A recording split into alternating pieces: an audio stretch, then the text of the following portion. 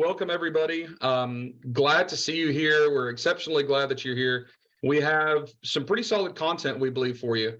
We've got a lot of preparation has gone underway to put together as much useful, I guess, Prime Day prep, but could be used for Q4 and other kind of heavy buying or heavy selling seasons as well. We're going to specifically focus on like growth scaling strategies that take into account the market climate, unit economics, and really to ensure profitability rather than just top line growth. Sales is great, but we have to be profitable. And we want this workshop to be like the profit first growth strategies built by actual sellers. Brandon and I, we do this every day.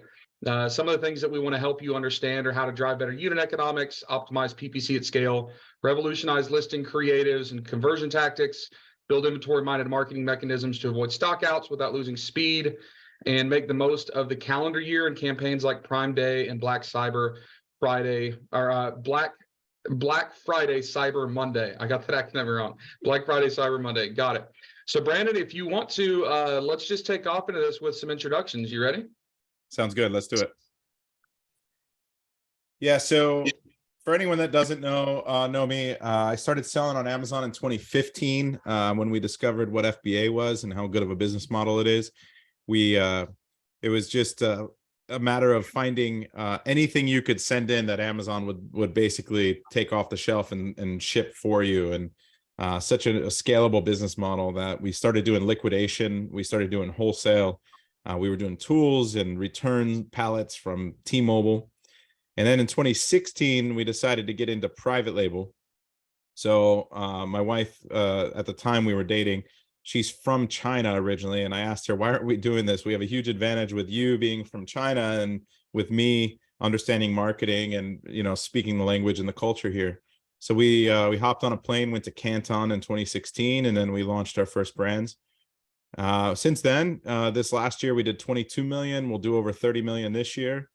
And we started teaching in 2018 when we really solved SEO and data analysis and keywords and really figuring out how to pick products based on research and on actual data. We had a huge batting average, do really well. 80% plus of the products we pick actually make money. And so we started teaching that. And then through being at events, doing content for YouTube, we've grown that community to over 1,200 active members. That's our inner circle, full college level course and mastermind, of which over 400 are 7- and 8-figure sellers. And we've had over 20,000 sellers take some form of masterclass from us. So learn Amazon from us. Amazing. And for those of you that don't know me, I also started selling in 2015. I don't think I met Brandon until a few years later, maybe 2019, I think is probably when we ran into each other. Maybe 18 or 19. Yeah. 18 or 19. I've run some communities and founded some content and education. I've built and exited multiple e-commerce businesses. Like Brandon, I've spent a lot of time in China. I used to own a sourcing and shipping company that was based in China and then Latin America. And still to this day, one of the co-founders of the Evo LATAM trade show and the Mexico trip. We're diversifying sourcing, do a lot of stuff in India as well. And I've worked with more than 35 companies now in this space as a strategist or as a consultant, which is kind of a lot of fun. So between Brandon and I, we hope that the information that we're giving today comes from a lot of different perspectives. We've done a lot of things. We talked to a lot of sellers. We help work with a lot of different brands. So these are not just one-off use cases, right? I'm going to go over what we're covering, but really quick, host, if you would throw up a poll. As we do these webinars, we do this content education, we'd love to hear from you what type of content you like and what's valuable to you. So you should be getting a notification for a poll to pop up. I'm going to go through this really briefly, and then we are going to, I'm going to give over screen sharing to Brandon. And the format is Brandon's going to go through a lot of his stuff, and I'm just going to interrupt him as often and frequently as I want to either interject or ask more questions. So I'm going to be the annoying one today, busting up Brandon's workflow. But what we're going to cover today, expected marketing costs and phases, selling price and profit at launch and growth, budget requirements for product, PPC Prime Day SOP that Brandon's sharing with us, and some more stuff. So Brandon, I'm going to stop screen sharing and let you take over, and then we'll rock. Does that sound good? Yeah, sounds good. Jump back over to Zoom. Yeah, and for people asking the recording, if you have to jump off, we will send you the recording, the replay. So if you have to jump off early, no problem. Yeah. So unit economics and like making sure that you have a grasp on all of your expenses, all of your costs, and understand your marketing are the keys to really running and scaling a successful Amazon business. So I tried to break that down into a few different sections to really get visibility on and give you guys some idea. So one of the things that I see people do is that they'll source a product, they'll look at what the cost is at the factory, and I'm sure you've seen this a ton of times, Tim, since you were in sourcing and helping people, is that they would see what the price is at the factory, see what they could sell it for on Amazon, and assume that they were doing the math to get their profit, right? They would look at the FBA fees, they would just subtract the FBA fees and the commissions, and then they'd be like, well, I buy it for $3, I sell it for $9, and I'm paying $4 in fees, so I'm making $2. I'll do that, right? The reality is there's an extra $2 hidden in there between marketing expenses, PPC expenses, and shipping and logistics. So we want to make sure that we understand also when we launch the price, what we're going to be doing. So we have a few phases that you need to have visibility on. And when you talk about the life cycle of a product, you have to understand that, I don't know if that copied over correctly, but what I want to do is give you visibility on what your marketing expenses will look like at different phases of the product. So at launch, when you first launch the product for the first week or so, you're going to have almost 80 to 100% tacos. You have no organic sales coming in because you have no organic placement yet. Usually takes 3 to 5 days if you've preserved your honeymoon at launch, if you've executed writing your listing to maximize rank and SEO, and you're running the right traffic. 3 to 5 days, you can start ranking on the first page for hundreds of keywords. But before that happens, you're likely not going to have any organic. You're going to be on page 14, right? So what you need to do is understand that you're willing to spend almost an uncapped amount of marketing dollars to start driving sales, traffic, and conversions. To start driving actions that Amazon can look at, that the algorithm can look at and figure out what is relevant and start to rank you. That's something that a lot of people don't understand. And you need to understand that if you're expecting a product to sell 20 times a day at a $25 price point, that's $500 a day in revenue. And let's say that you're willing to spend $300 a day on PPC. That would be a 60% tacos, right? If the total revenue was 500 and you were spending 300. So you need to understand how tacos works. It's a total marketing spend divided by your total revenue. It's not your total marketing spend divided by your total marketing revenue, which is ACoS. ACoS is a much worse metric because it'll force you to turn off campaigns and try to get to profitability and really slow down your growth, because some of those campaigns might be propping up keyword ranks and whatnot. So we like to use tacos. Amazon only recently started recognizing this. Remember, it was only a few years ago that Amazon itself started talking about tacos, when they realized that it actually made their ads platform look more expensive than it really was, because it wasn't taking into consideration organic growth and things like that. So they were 10 years behind on the whole tacos thing. Yeah, 100%. And a lot of people were just teaching classes and optimizing based on ACoS and trying to get every single keyword in every single campaign to be profitable. And what you're doing is you're just taking away from the momentum and the market share that's going to allow you to maintain higher push or maintain higher keyword ranks. And the keyword ranks are the key there. So that needs to be your North Star as far as what your goal is with marketing. So when you're first launching, you really only have marketing. You have outside and inside Amazon marketing, and the inside Amazon marketing is the primary one, which is PPC. So we're thinking about tacos at launch. You're spending a ton of money. So what does that mean? When you launch a product, what that means is that you're going to have very little profit coming back to you for the cost of that product and then the revenue coming back in. And so as a budget, if you start thinking about the capital required to do a product and you start thinking about that next order right away, you don't have any additional money coming back to you. And a lot of times it's a loss. So you're actually losing some of that initial capital that Amazon's holding for 2 weeks before you need to make a decision on placing that next order. So you need more money in reserve and you need to make sure you're well capitalized to do that product. So we're going to get into another quick thing today about how much capital you need to do a product. But let's go to tacos in initial growth phase. This is your first growth phase. This will be in the first 4 weeks. This is all during what they call your honeymoon period, where Amazon is really trying to measure where you belong against your competition, because you've got a bunch of different averages of performance and performance metrics that are happening in that first 30 days, where Amazon's really trying to figure out how good you are. So they're looking at your click-through rate, your conversion rate, and your revenue. And they're trying to measure you against other listings that are appearing as relevant as you. So the way you wrote your listing tells Amazon what you're selling. It establishes your relevancy. And then your performance is going to be how you go heads up against your competition. So that's why when you first launch, if you did it with a honeymoon, you come out the gate firing, sometimes you can rank to top 10 of a lot of keywords very quickly. So, and for those of you that are asking questions, let me pause for a second and just say, at the yeah. bottom of your screen, there should be a Q&A section as well as the chat. Type your questions in there, and we'll find some times to pause and run through all of those. I don't want any of you to feel like you're being ignored at all, but we're going to stack up some of those questions and come back to them. Yeah, sounds good.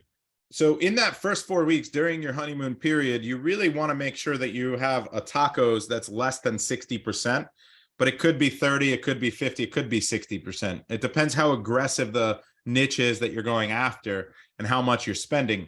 Now, it's really important that in this phase, you are spending time optimizing your listing. You're working on new content, you're A/B testing different main images, you're really experimenting with different different price points. And that's going to allow you to really dial in your marketing so that it's performing well. And you start to really realize what root words and what sub root words are performing better than others, so that you can really start to write your listing in a way that's going to maximize your growth potential. So then your secondary growth phase is going to be after your honeymoon. This is where you start to really dial it in. You should be already ranked for a bunch of root words. We'll talk about what root words are later, but they're just kind of repeated words and phrases. So you should be really ranked well for a bunch of them already and after the 30 days. But now you're going to start to single out ones that you want to push even harder. So you're going to be pretty much optimizing the ones that are doing well, that are converting well, that you're ranking well for. You want to dial those in. But now you need to find the ones that need a little bit of extra oomph. So you're going to maybe rewrite your title a little bit. You're going to really start to turn on a lot more keyword campaigns and broad word campaigns that have those roots in them, so that you can get a little bit of credit from every single keyword you're targeting. All these long tail keywords really add up as far as clicks, add to carts, conversions, and then that's how you can start to push for those more aggressive keywords. So your tacos at this point should be under 30%. You should be profitable at this point. Every day you should be making some kind of profit, because you're looking for products that after landed cost, after marketing of tacos of at least 30%, you've got that margin, right? Of at least 30. And then you subtract your tacos, you're profitable. Now, once you've dialed in all the different root words, you've really pushed where you think you could, you've kind of taken up what this product is going to be. And this is the hard part for a lot of people to understand. Sometimes a product's not the design of a product you chose, or the product you chose, the bundle, the look and feel of it, it's just not going to be the best seller. You might be the 4th, you might be the 8th bestseller, and it just is what it is. This is where you start to dial in the profitability to maintain what that peak is. And so you want to start to maximize profitability without sacrificing organic placement, organic keyword ranks, and traffic and sales. So this is important for you to know, so that you can start to understand profitability in different phases and how to manage your capital and go from there. You want me to stop here before I go to the next? No, keep going. All right. So true profitability, there's a couple points that I wanted to write down, is that you need to expect to sell the product for less at launch. So you might have a product where your competition's at 19, 20 bucks. You're probably going to come in at 15, 16, $17 at launch. And you're going to need to be able to be okay with that. You're not going to make the same margin that you were expecting to make when you were analyzing the product. So you need to know your ROI with a higher tacos at launch and a lower selling price at launch. and understand how much money you stand to make or lose at launch. So that's a really important thing for you to know, is that this is an investment into growing a product into proper keywords, into really pushing the ranks of a product into specific positions, so that you can take advantage of a long-term play, which is going to be getting it ranked well and making money on every sale. So you're going to need to lower your price. You might put in, if you use a strategy with frequent deals, so 7-day deals and lightning deals, maybe you use a coupon strategy where you've got it priced the same as your competition, but you got a pretty big coupon on 10, 15%, $2, $3. That's another way for you to get a badge. It stands out on the search results, and it's a way for you to be priced below your competition and maintain your lowest selling price to Amazon over the last 30 or 60 days, whatever they're looking back at, to determine where your deal price needs to be. So just keep in mind. Go ahead. I was going to say, I'm looking at a theme here, Brandon, and I know that you and I like to call no BS. Some of the things you keep saying are long-term investment, right? Like profitability, but profitability might not be today. This is not a get-rich-quick scheme. This is an investment into long-term profitability. Did you, Tim? Do it? Tim froze to me. I don't know if it's me or him. Uh-oh. Am I back? Uh-oh. Is that me? No, I think I'm back. Am I good? Yeah, you're good. It's you, Brandon. LOL, it's you, Brandon. Kareem, if it was me, you wouldn't have known that I was asking that. Yeah, for sure. No, what I was saying is, we're talking about profitability, but Brandon, you're saying some things that sound a little counterintuitive, because you're saying, it might not be immediately profitable. It might not be immediately high ROI, but we're talking about long-term investment. Now, the Amazon game has changed. We can't just sell anything to anyone, anywhere, for any profit that we want to, like we used to in 2015 and 16. But the good part is that's weeded out a bunch of the competition. A lot of people that were here for a quick buck are gone, and it's now a platform where we can be more established, more mature businesses. So as we're talking about profitability, just remember Brandon right now is talking about long-term profitability with some short-term mixed in. But as you get started, you do have to invest into your product and brand. Just don't get discouraged, because a lot of people will look at products and they'll say, well, if I'm going to launch it this way with tacos at 60%, right? How on earth am I going to make money? Well, you're going to make money longer down the road. It might be a few months once you get your organic ranking and organic sales up. So don't be discouraged. It's not a get-rich-quick scheme, but it's definitely doable if you're following these methods. Yeah, and the biggest thing is to look at the metrics that are telling you the health of your product and your launch and your SEO. So you're looking at your keyword ranks and you're tracking the impact of your marketing on those keywords, right? You're looking at your click-through rate and your conversion rate, and your understanding, is it healthy? Is it decent? Can I improve it? What can I do to my content, my offer, my price point to really move those numbers in the right direction so that I'm beating my competition, right? And that's where you're dialing everything in. You're figuring out, how do I write my title to maximize rank potential? How do I write my bullets to maximize conversion? How do I do my secondary images to maximize conversion? How do I get my main image to maximize click-through rate? So those are the things that you really need to dial in that first 30 days and keep an eye on. So it's all about using data and making continuous improvements. The other thing I'll say is that, we've already talked about expecting tacos to be much higher while pushing those keyword ranks. But even after the growth phase, you have to factor in your expected marketing. So when I'm first looking at a product, I'll have that at maintenance, and I'm high on that. So I'm expecting 15%. When, as of 3 years ago, even, we could expect a healthy product to be in that 5 to 7% tacos range. And it's more than doubled since then. Since rebates became illegal, since a lot of outside traffic has been policed really hard by Amazon and it's slowed down a lot, people are relying more heavily on Amazon and ads.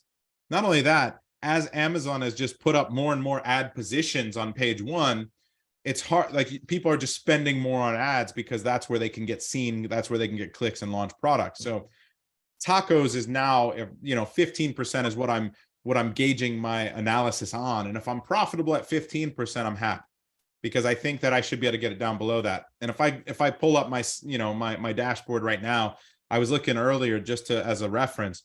My top 6 products are all doing under 10% tacos. So they are making me the most profit every single day, and probably close to $1,000 or more per day between them. And they're all below 10% tacos. So it's still possible to get there as well. The other thing that we're going to cover is PPC and Prime, like PPC Prime Day SOP. Now, this same SOP is not just for Prime Day, it's also for deals. And I can go on and on about deals and how important they are because they spike your metrics. Remember that your rank is really just an aggregate of a bunch of averages of these different performance metrics. So it's the average of your click-through rate over a 1-day average, a 3-day average, a 7-day average, a 15-day average, a 30-day average. And each of those averages are weighted differently. The older ones are weighted less. So what you can do when you run a deal is you're going to spike your click-through rate and your conversion rate. You're more likely to get a click and a sale. The same thing is true on Prime Day. You're more likely to get a click and a sale, so your ad costs naturally go down. What you want to do is take maximum, advantage of that by turning on more ad placements, by making sure you don't run out of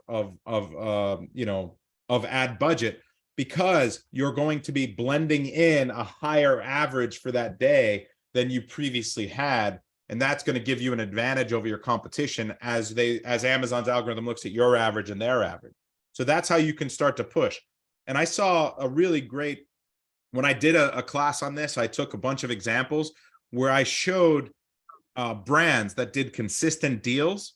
And you'll see that during the deal, they spike down on BSR. Their bestseller rank goes way down for the day, and then it comes back up slowly. But what you see is after 2 or 3 deals, that BSR does not go back up to that floor or that ceiling. It actually sets a new ceiling because it's got that blended average of over the last 30, 60 days that's really started to help it outperform those other competitors. And so they are getting long-term benefit from doing it, but you got to be consistent and you got to know how to take advantage of it. And so we'll talk about that today. The cadence that I've been using is I've really seen where that BSR starts to stick, or that ranking starts to stick after about 3 deals. Yeah. But you really need to do it no more or no less frequently than once a month. Like, I know sometimes it's hard to schedule them soon, but like if you do one every 3 months, it's really hard to get that weighted average up. But like exactly. 1 a month for 3. The reason is because that 30-day average is one of the most important, valued at, near the highest. So if you're outside that 30-day window before the last one, then that last one's fallen off before the new one comes in, and it doesn't do as much good. Yep. So let's look at how much money you need to do a product, because I think that this is another way people lose money. It's not just from every single unit sale.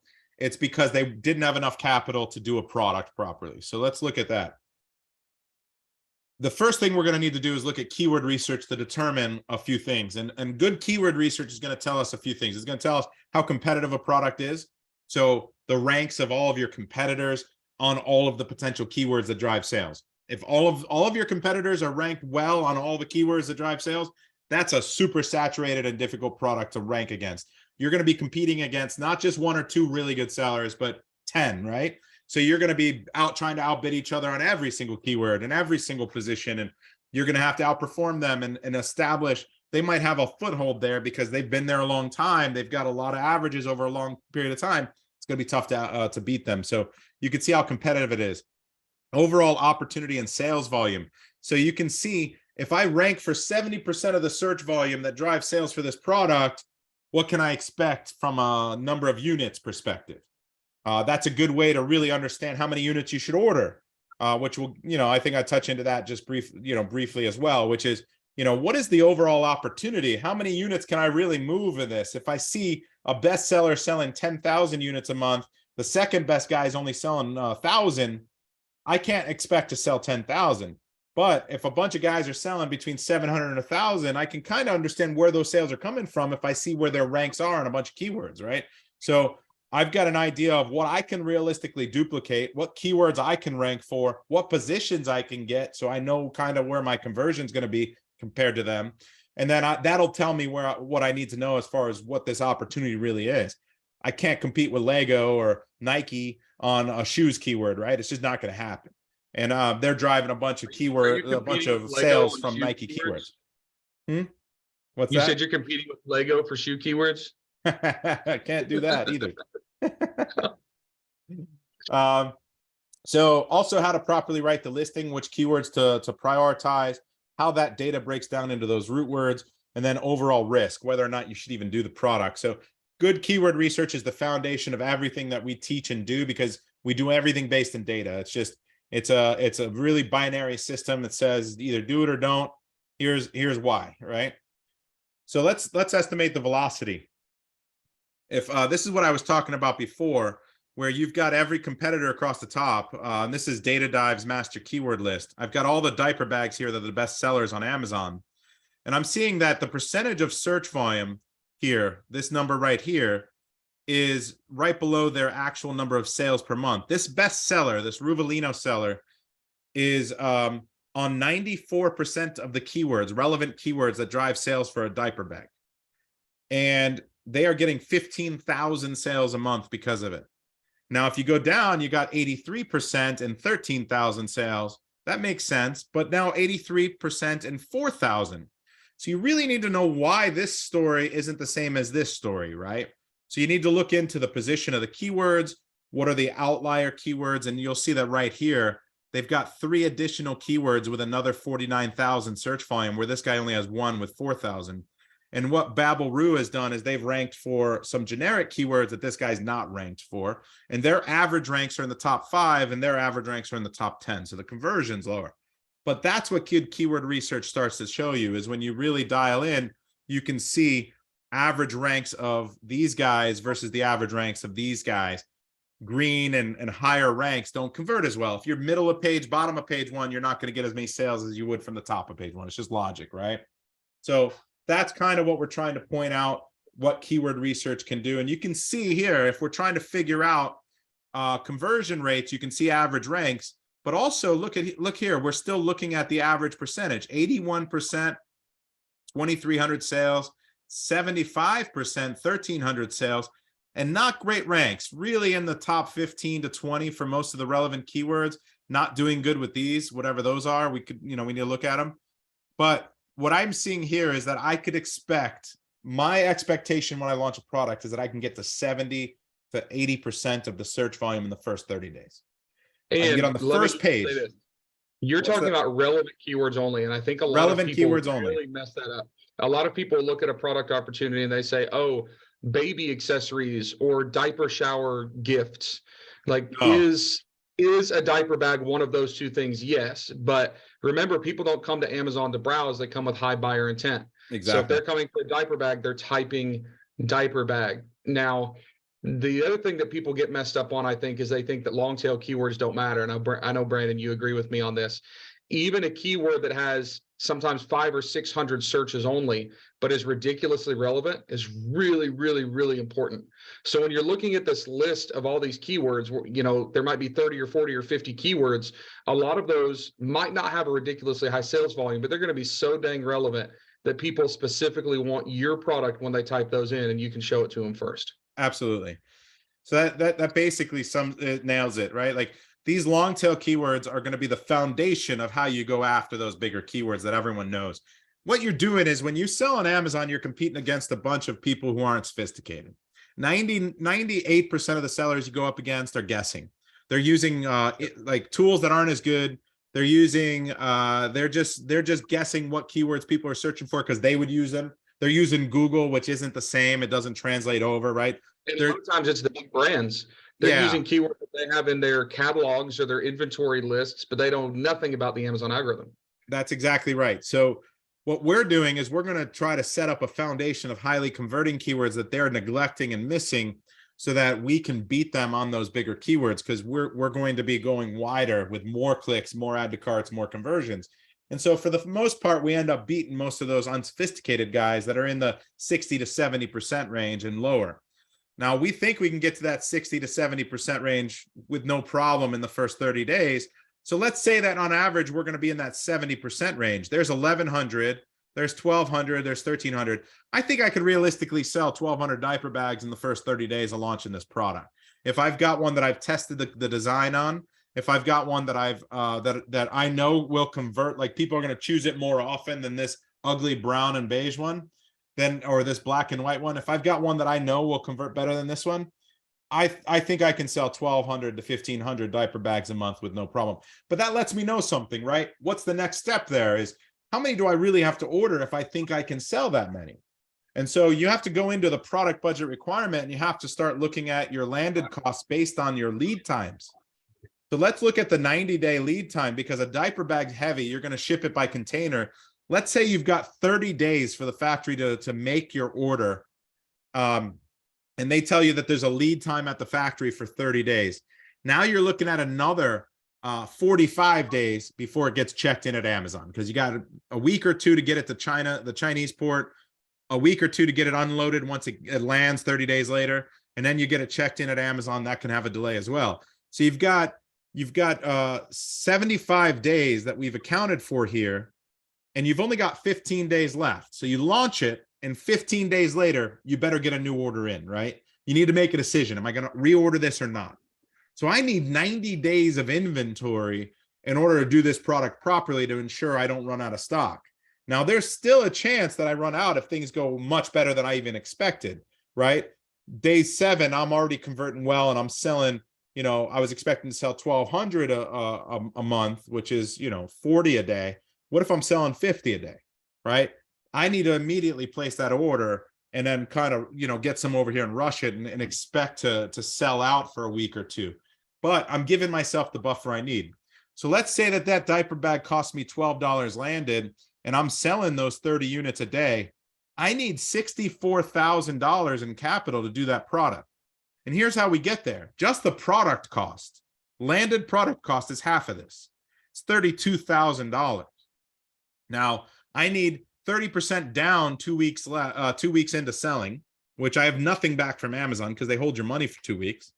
And then I need 70% 2 weeks later after that, or 3 weeks, like 4 weeks later after that, when they deliver the product, right?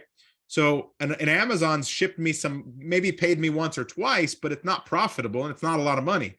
And I'm spending more on marketing than I normally do. So what I'm expecting is that I need almost, and I'm not ordering another whole order, right? I'm not ordering 90 more days. I might only order 30 or 45 days at this point, but I'm expecting to need a lot of money down. I've got marketing expenses. I'm giving away a bunch of products with Vine. I've got different colors. So to be conservative, I take the landed cost with the lead time, number of units I can sell, and I double it. That's going to make sure that I have enough capital to do this product properly. Now, if we've got a product that you can make in Mexico, and I had a great time in Mexico with Tim's trip. If you guys, Evo Latam is something you should all go to next year. Make sure you put it on your calendars. But if I'm shipping it from Mexico, they're making those diaper bags. I can truck it across the border. I don't need as much lead time. I might need a 45-day of inventory. So what does that do? That means that I only need $32,000 at this point. So I can do the same product for half the budget and go into a much more faster moving and aggressive niche with a lot less money if I source this closer, or I can ship it faster, or there's less lead time. So what I've done is I've provided this. You guys will get the slides, but if you look at the 60-day matrix, this is 60 days of inventory. Remember, the way we do it is we have the lead time at the factory plus the shipping time plus 2 weeks buffer, and then we double it. So that's the way we did our matrix here for you guys.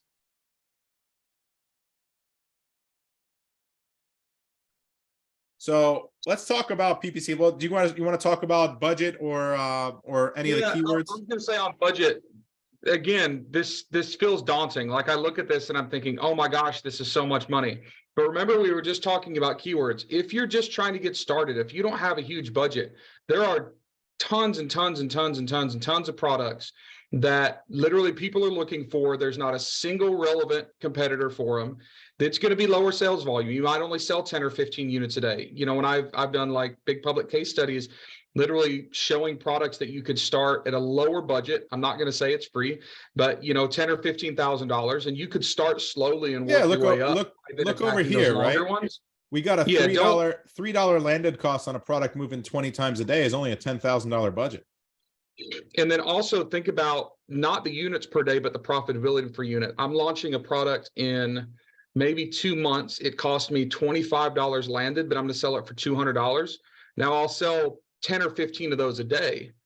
It's highly, highly profitable, right? Where I would make the same amount of money as if I had a lower margin product that I was selling 50 units a day. So I just wanted to say, don't get discouraged at this, but I love how Brandon broke this down to basically say, be prepared, because the worst thing in the world you want to do is you want to come in guns blazing and you're only 80% ready, and then you run out of stock. And then you run out of momentum, and then, like it is the worst thing to do. So be a little bit more conservative and expect your expenses to be higher than you think they are, and expect to not make profit on your first 2 rounds, probably maybe 3 rounds sometimes. But if you're playing the long game, then you're going to win it. Yeah, and the reason that running out of stock kills you is because you have those, again, Amazon's looking at average performance over time, and they factor in zeros when you're out of stock. Yep. So if you're out of stock for more than 30 days, you factored in a lot of zeros, and then that 30-day average really takes a massive hit. And yeah, Amazon only makes money when we're selling. Like Amazon has valuable real estate, which is the ranking results for specific keywords. They're not going to keep giving us preferential space if we're not making money for them consistently. Yeah, and that's the bottom line, right? So let's say you've got your product launched and now you've got Prime Day coming up. So here's kind of the order that we really go into. Before you spend money on marketing, especially a lot of it on a big Prime Day or sale day, or you run your deal, you need to first fix your SEO. So let's talk about SEO for a minute, and then we'll get into Prime Day and into deals. Like basically it's an SOP for any deal day. So what we call ranking juice is basically the amount of credit that Amazon gives you for a keyword based on your relevancy. So it's your maximum rank potential. And the way that that's done is that Amazon's basing it on match type and how the listing is written, where the keywords are written in your listing, the source of the traffic, so they can give you more ranking juice and credit into the bank, basically based on where the traffic comes from. For example, Google traffic is valued very highly and Facebook traffic isn't valued as much, right? So there's different amounts that they give you. And also the relevancy of your product, which you establish by having it in the right subcategory and whatnot. So the one thing you want to make sure you do is that you maximize your ranking juice potential by doing the proper keyword research. And here's a case study that I pulled up where the best-selling dog and cat bed, what's interesting is he's one of the few people that sells a dog and cat bed, whereas everyone else just sells a dog bed or a cat bed. But a small dog bed's a good cat bed, isn't it? Right? So this guy's brilliant. But what does he do wrong, right? If you look here, he's ranked number 3 for dog bed, and he's ranked number 1 for cat bed, but he's only ranked number 95 for dog beds for large dogs, number 46 for dog beds for medium dogs, and number 64 for large dog beds. The reason, and the commonality here with these keywords is just the size, right? Like the size word. That's the root that's common here. Why is that? It's because Amazon doesn't think that he's selling a dog bed for large dogs, even though he's selling a dog bed. It's because he didn't write his listing properly, so his SEO is wrong. This is the magic of writing your listing properly and having a good listing writer and good keyword research. Let me show you what he did. He wrote dog bed or cat bed, so he got indexed for both of those immediately, which is amazing. No one else is doing that. But ideal for medium dogs. That's not a keyword. No one's going on Amazon and searching for ideal for medium dog and to find a product. Nobody's ever typed in the word ideal in Amazon ever. Yeah, it's not ideal to use the word ideal ever. So if he had changed that to dog beds for medium dogs, he would immediately go to the top of search for that keyword. Like he would immediately organically rank better, because what he would do is stop the confusion on Amazon's part. The relevancy would be unlocked. Guarantee he's got a lot of credit in the bank for dog bed for medium dogs and dog beds for large dogs, but he's not cashing it in because he hasn't unlocked the SEO. He hasn't unlocked the relevancy. So, and the reason is very clear. He doesn't write it. He doesn't write it anywhere in his listing.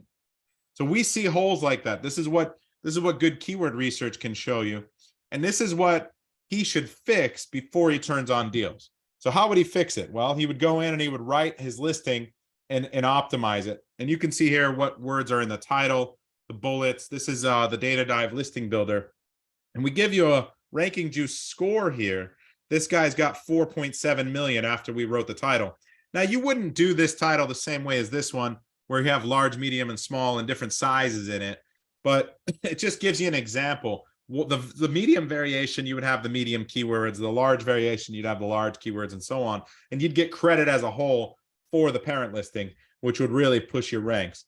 So you just want to make sure there's no holes in your root words here that are repeated. Large dogs, bed large dogs, right? These are covered in the title in the right order so that you can maximize your rank. So once you've, go ahead. Can we pause for a second? Let's talk about Ranking Juice. I think there's a misconception about external traffic. Now, you mentioned it. You said Amazon loves Google traffic coming from Google. Yeah, they value it higher than other sources. Yeah.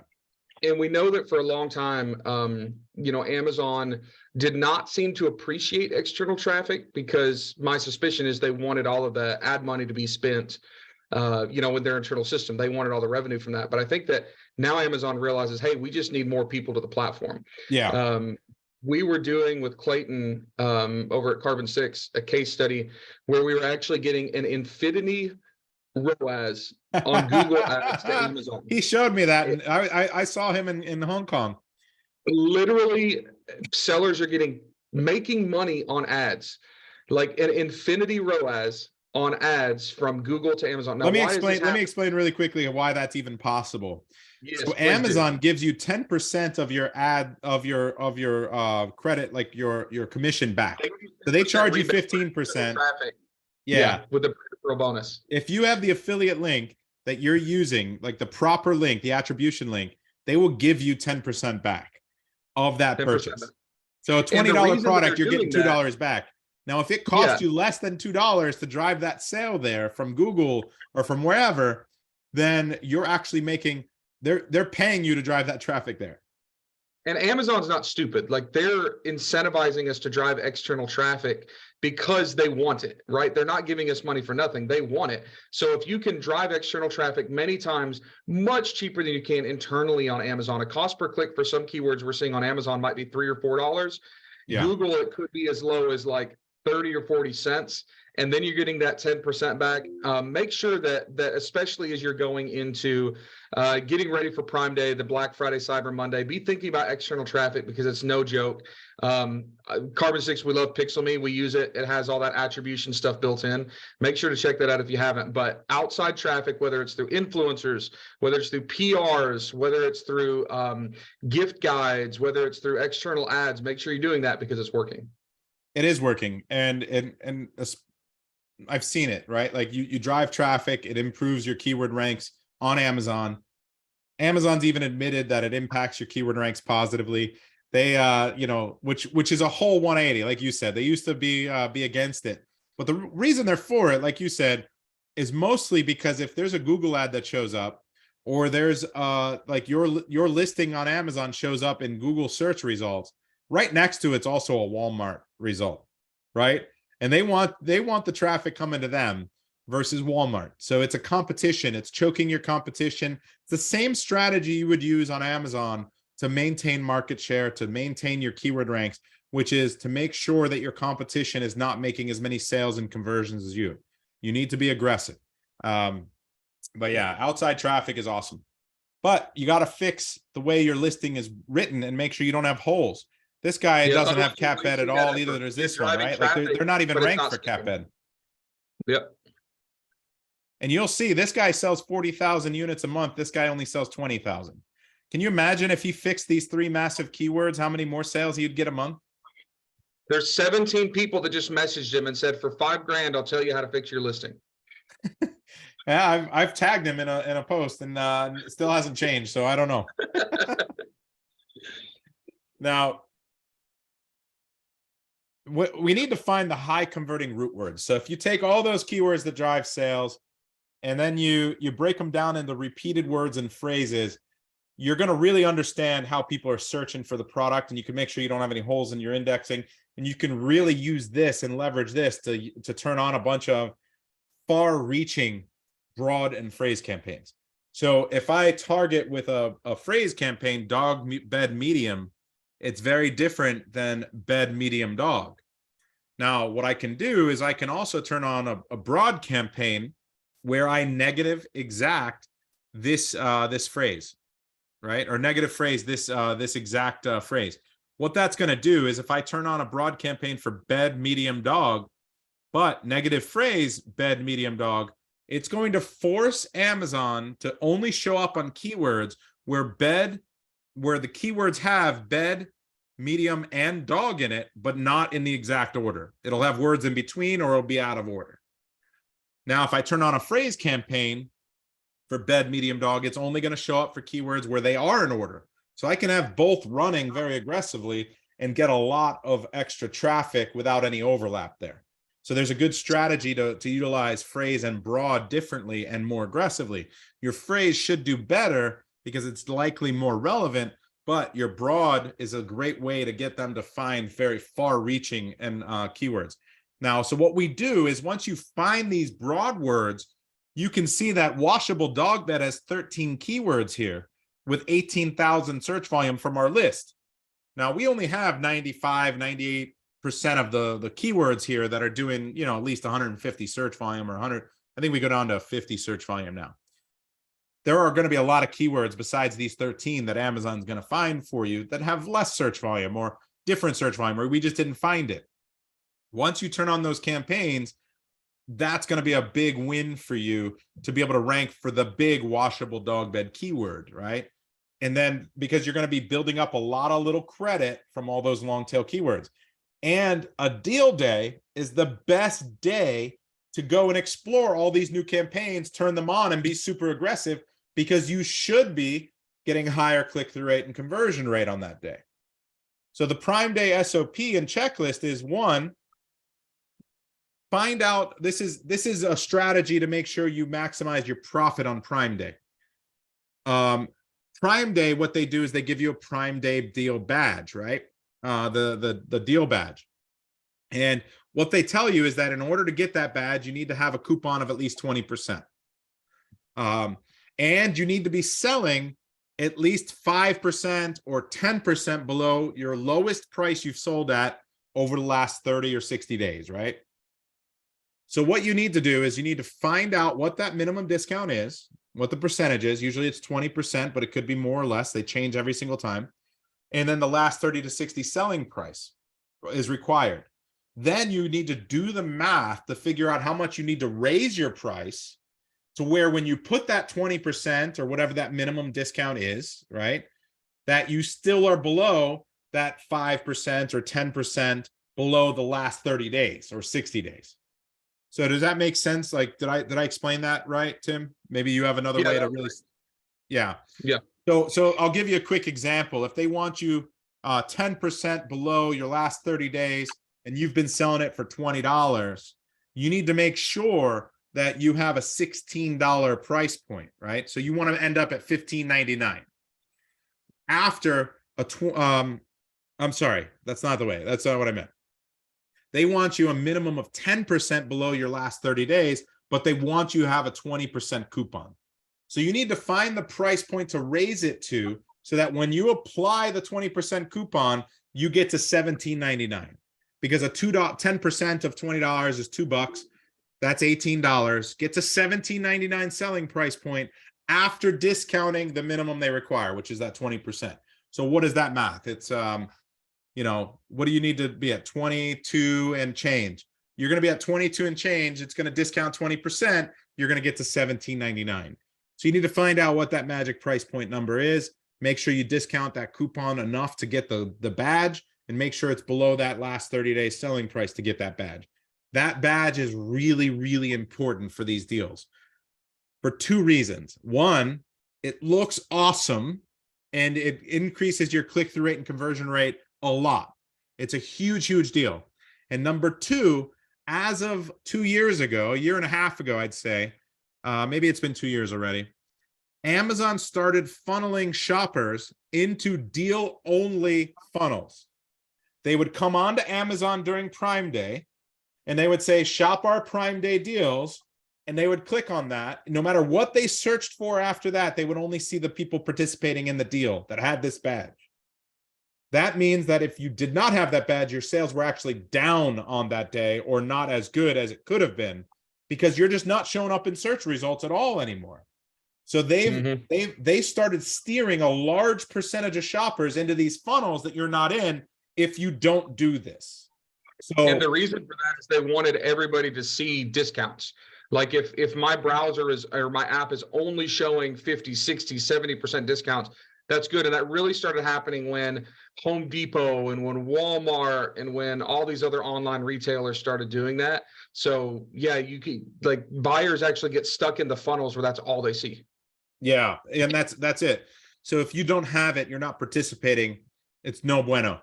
Now you need to also make sure that you have the inventory to handle this, right? Like, you've prepared for Prime Day to have 3 times as many sales or 10 times as many sales over 2 days.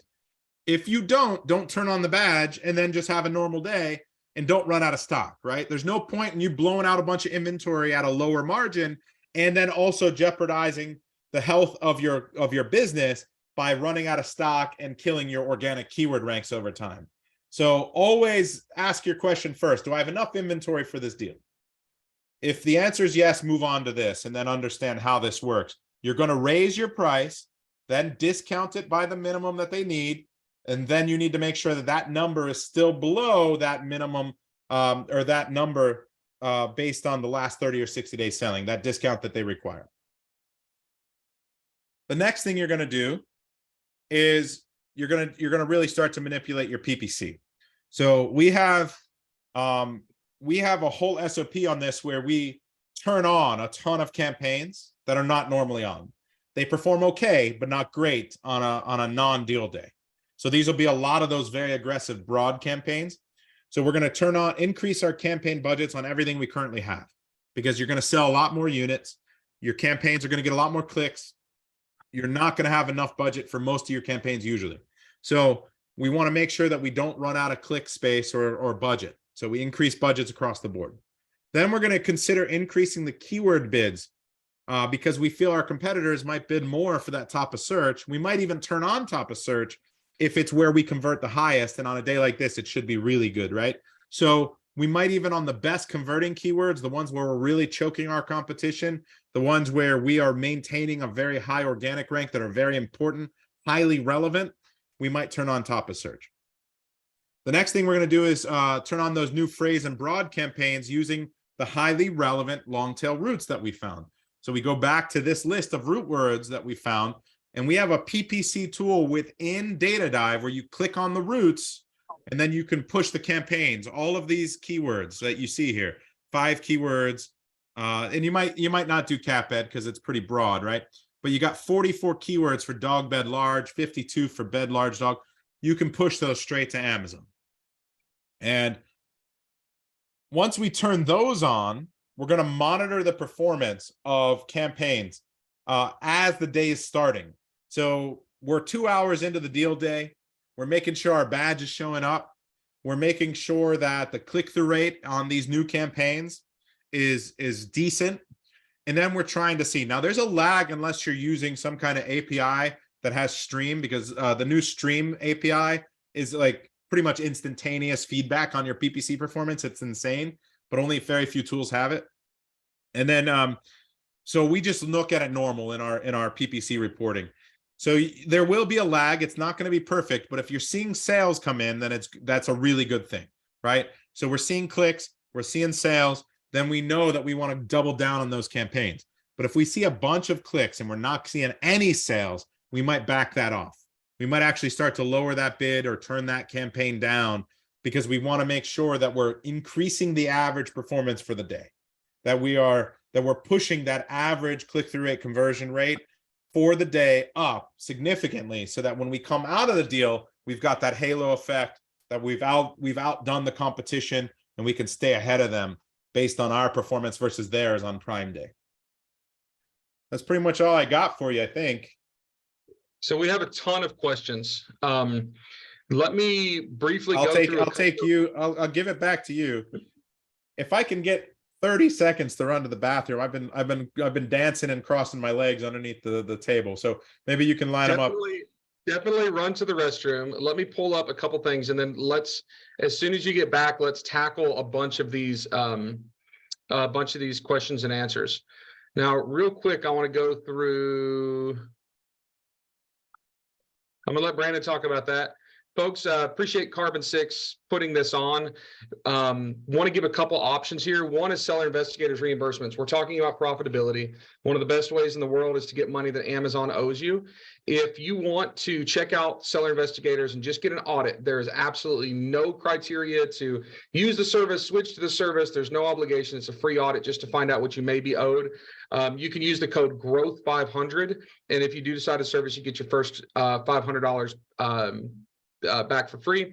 You can use that QR code or type in that code GROWTH500. We've talked a lot about inventory, and we've talked a lot about run rates. We've talked a lot about not stocking out. So Stock's built by Chelsea Cohen and team, Amazon sellers that were frustrated with not understanding how much to order, when to order, ordering too much, not ordering enough, not having seasonal accountability added into factoring, created So Stocks. Check out So Stock right here.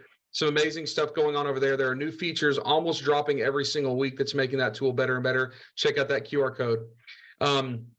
Also, and remember, stick tight. Brandon, after he pees, is coming back for a bunch of question and answers. Our May workshop, we've got Clayton, we've got Paul Barron, we've got George Maressa coming at us to talk about off Amazon advertising. This one's going to be a huge one. It's going to be massive. Paul and George are masters in this. Clayton is the one that we were just talking about with that Pixel Me case study that was getting negative ROAS or infinity ROAS, like negative ACoS. Like it's insane what's happening, driving traffic from Google and other places. So make sure to check that out. Let's get into some of these Ask Me Anything situations. Brandon, you back? Amazing. Like a ninja. All right, so let's start off. I know that Brandon, you love talking about the honeymoon period. First off, let's talk about we've talked about going after these keywords. We've talked about indexing on these keywords. We've talked about making sure that we can rank up on these keywords. But what if we screwed up the honeymoon period? What if we completely flubbed it? We've got a listing now that's got 500 reviews. It's been around for 5 years. There's some debate on whether or not you can reset it, but let's take that conversation out of it. And let's say, hey, how do you go about ranking for these more relevant, longer tail keywords or more specific if you have lost your honeymoon period? Yeah, I think that the launch will just take significantly longer a lot of times. And it really depends how long you had that honeymoon period not there. Like how long ago did you create the listing versus when you launched? If it's months, it could take you a month or more to really start to see keyword ranks in the top of page 1 for any keyword. If it's only been a month and a half, then it might take you, 2 to 3 weeks instead of like a few days. It's a significantly more expensive launch because that organic is not going to come in for a longer period of time to offset the cost of the PPC. Not only that, it might never recover because your PPC performs worse than organic. Like your just from a natural click-through rate and conversion rate, ads do worse. So what you're doing is now you're creating 100% PPC sales, which means lower conversion rate and click-through rate than your competition who has a blend of more organic than PPC usually. So it puts you way behind the 8 ball. It's usually very detrimental. All right, let's talk about pricing. We've talked specifically about on a launch or on a relaunch, we're going to drop the pricing to get more momentum and more velocity going. How much can you afford to come down without screwing up your listing, losing the buy box? And then when you start increasing that price again at the 3, 6, whatever month period is, what are the increments that you found that you can max that out without losing your ability to actually win your own buy box? So this is all about finding that equilibrium. You've only got 2 levers at launch. You've got content and you've got price. And so the better your content, the more you can charge. So content is like a representative of the value of your product.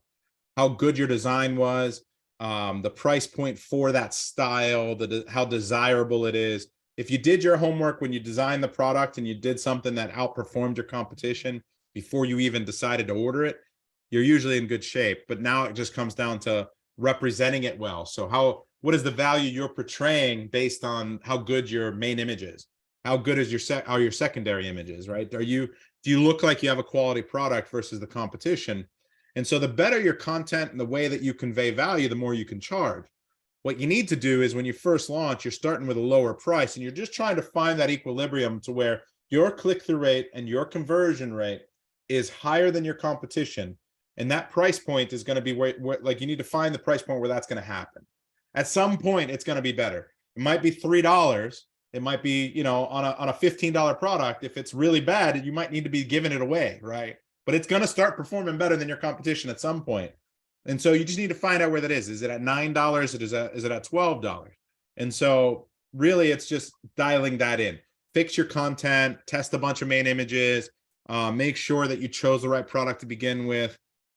And then after it's done well, or after you start to really refine it and you start to get some history, maybe a few reviews in the door, then I don't like to raise it by more than maybe 5% at a time. So on a $10 item, you're looking at a 50-cent increase.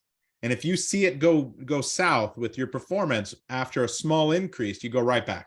Immediately go back to that price point where it was comfortable. And then you need to dial in something else or wait for more reviews, figure out how to start to bring it back up.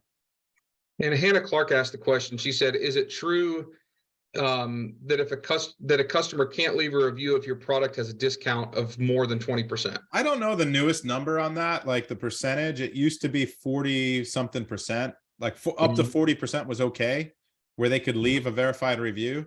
But if it's 20 now, I wouldn't doubt it. Amazon keeps lowering that because they want to avoid the abuse. So it's hard to test it, but I've also heard that if it's like a specific deal, like if it's a Prime Day deal, it's okay. If you've just reduced the price for a relaunch, like it's less likely to happen. So they probably have different parameters.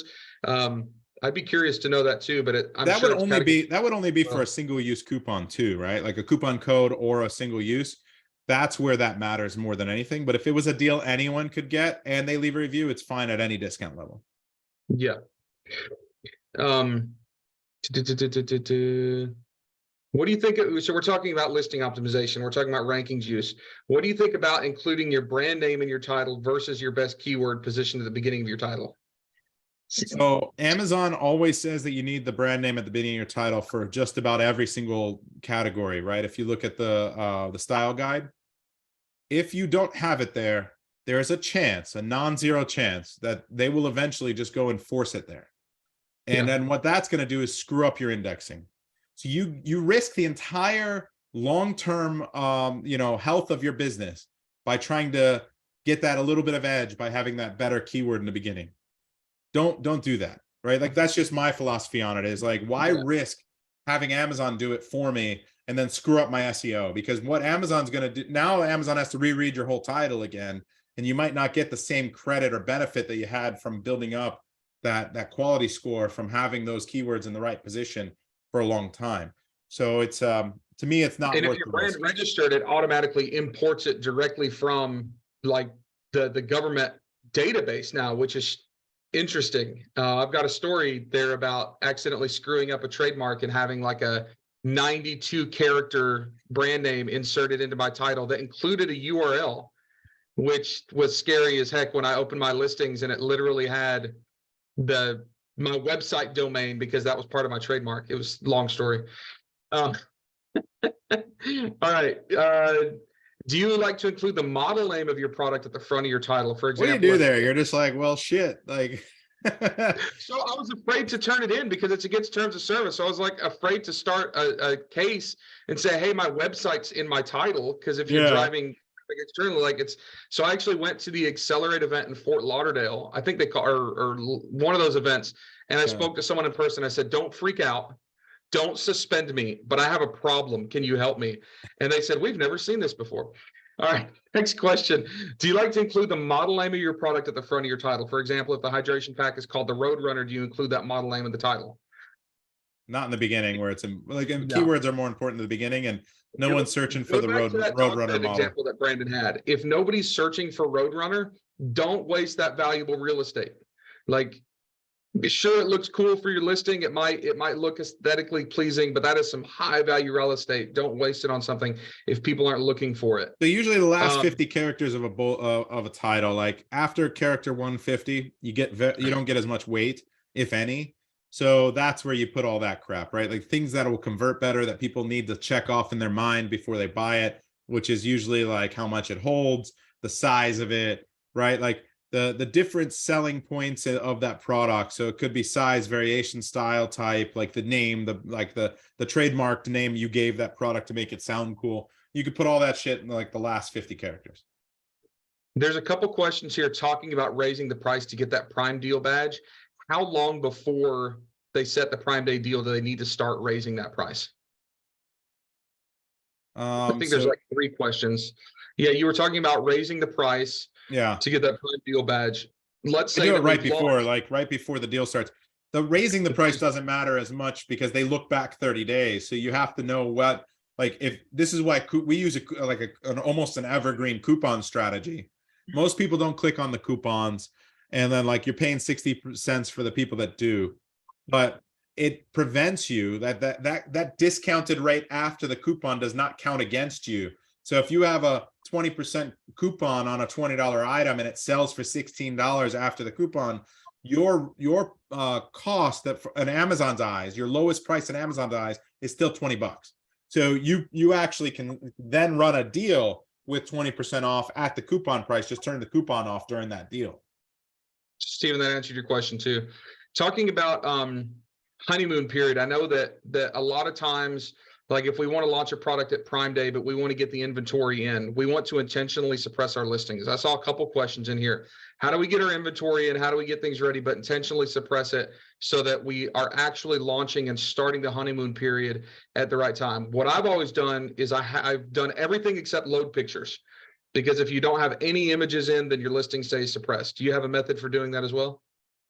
Yeah, that doesn't matter as much. Like if you click on your inventory tab, like you click on the listing in the inventory section, and it takes you to a listing with no images and no content, your listing is live in Amazon's catalog and your honeymoon already started. You need to see the dogs. If you don't see the dogs page, and if you guys don't know what the dogs of Amazon is, it's like a bunch of employees that work at Amazon used to bring their dogs to work, and they took a bunch of pictures of them. And then if you go to a broken URL at Amazon, then you get one of those cute dogs. That's what you need to see. If you don't see the dogs page, then your honeymoon already started. Yeah, so a lot of time, I think like 75% of the time, the image things works. Sometimes I'll leave the title out completely, but I will just make it incomplete. I assume that's kind of the same thing you do. Yeah, what we do, the main way to make sure that you're gonna fire with a honeymoon is that you put that launch and start date in the back end. When you create the listing, they have a launch and a start date. Those 2 dates need to be out like into the future. So that's telling Amazon this is not going to launch into Amazon's catalog or start selling in Amazon's catalog until that date happens. So put it out a year from now, and then the day you launch, you put it for that day, and then that way you hit the ground running.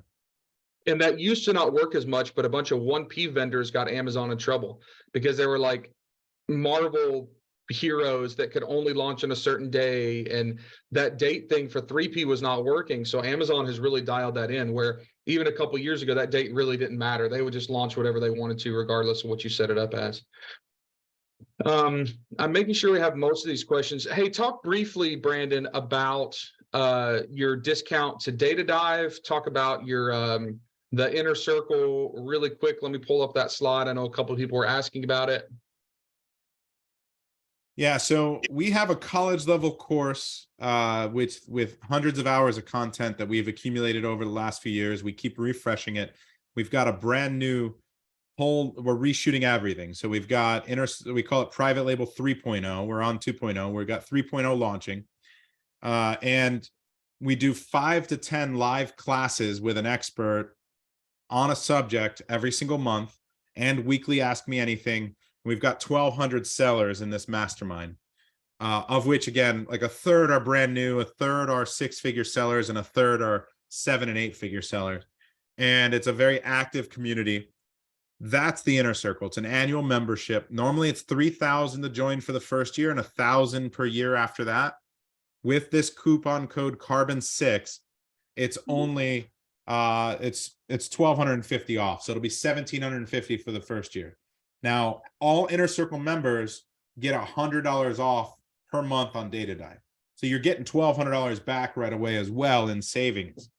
If you only use the code Carbon6 on Data Dive, you don't join the Inner Circle, you can save $50 a month as well. And Awesome. Thanks. I appreciate that. Putting that in there. Appreciate those discounts. Well, thank you all for being on. I know that we're way over time. Listen, there are a lot of questions that were asked that we did not get to answer, but I'm going to say this. We're going to be putting out more content. We have some hosts and admin folks that were taking up these questions. We're going to put this out in content, and make sure to follow Carbon6 and all the socials, Facebook, LinkedIn, all that good stuff. And we're going to hit up Brandon maybe for some of these other answers that we can repurpose into different types of content to get out to you. But thank you all for being on. Thank you, Brandon, for being here. And we will see you guys same time, same place, not exactly, but you know what I mean, for the May webinar series with Clayton, with Paul Barron and George Maressa. And we will send the replays out probably by tomorrow morning. So thank you all for being here, and we will see you on the next one. Take care.